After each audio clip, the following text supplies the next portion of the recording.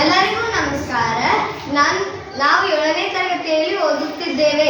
ನಾವು ಸರ್ಕಾರಿ ಮಾದರಿ ಪ್ರಾಥಮಿಕ ಶಾಲೆ ಸಿಮಿಕೆರೆಯಲ್ಲಿ ಓದುತ್ತಿದ್ದೇವೆ. ನನ್ನ ಹೆಸರು ರೋಹಿಣಿ ಅಕ್ಸರ್. ನನ್ನ ಹೆಸರು ಪ್ರೇಮ್ ಮದರ್. ನಾವು ಈಗ ಏನು ತಿಳಿದುಕೊಳ್ಳುತ್ತೇವೆ ಎಂದರೆ ಮಾನವನ ಜೀರ್ಣಾಂಗ ವ್ಯೂಹದ ಬಗ್ಗೆ ತಿಳಿದುಕೊಳ್ಳುತ್ತೇವೆ.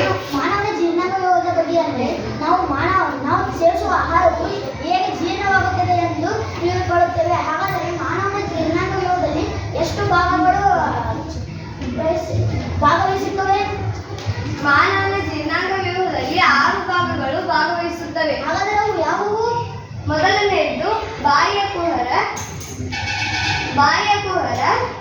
ಅನ್ನನಾಳ, ಜಠರ, ಸಣ್ಣ ಕರಳು, ದೊಡ್ಡ ಕರಳು, ಗುದದ್ವಾರ.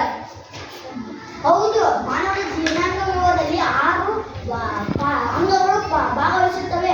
ಅದರಲ್ಲಿ ನಾವು ಮೊದಲನೇದಾಗಿ ನೋಡೋದು ಯಾವುದೆಂದರೆ ಬಾಯಿಯ ಕುಹರ. ಬಾಯಿ ಕುಹರದ ಕಾರ್ಯವೇನು?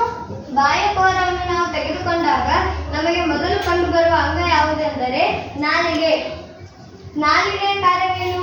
ನಾಲಿಗೆಯು ಒಂದು ಮೂಳೆಗಳೇ ಇಲ್ಲದ ಮಾಂಸದ ಅಂಗ. ಇದು ನಮಗೆ ಮಾತನಾಡಲು ಸಹಾಯ ಮಾಡುತ್ತದೆ ಮತ್ತು ನಾವು ಸೇವಿಸುವ ಆಹಾರವನ್ನು ಲಾಲಾರಸದ ಜೊತೆಗೆ ಮಿಶ್ರಣ ಮಾಡುತ್ತದೆ.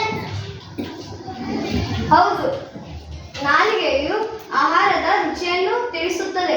ಈಗ ನಾವು ಕಹಿ ಪದಾರ್ಥವನ್ನು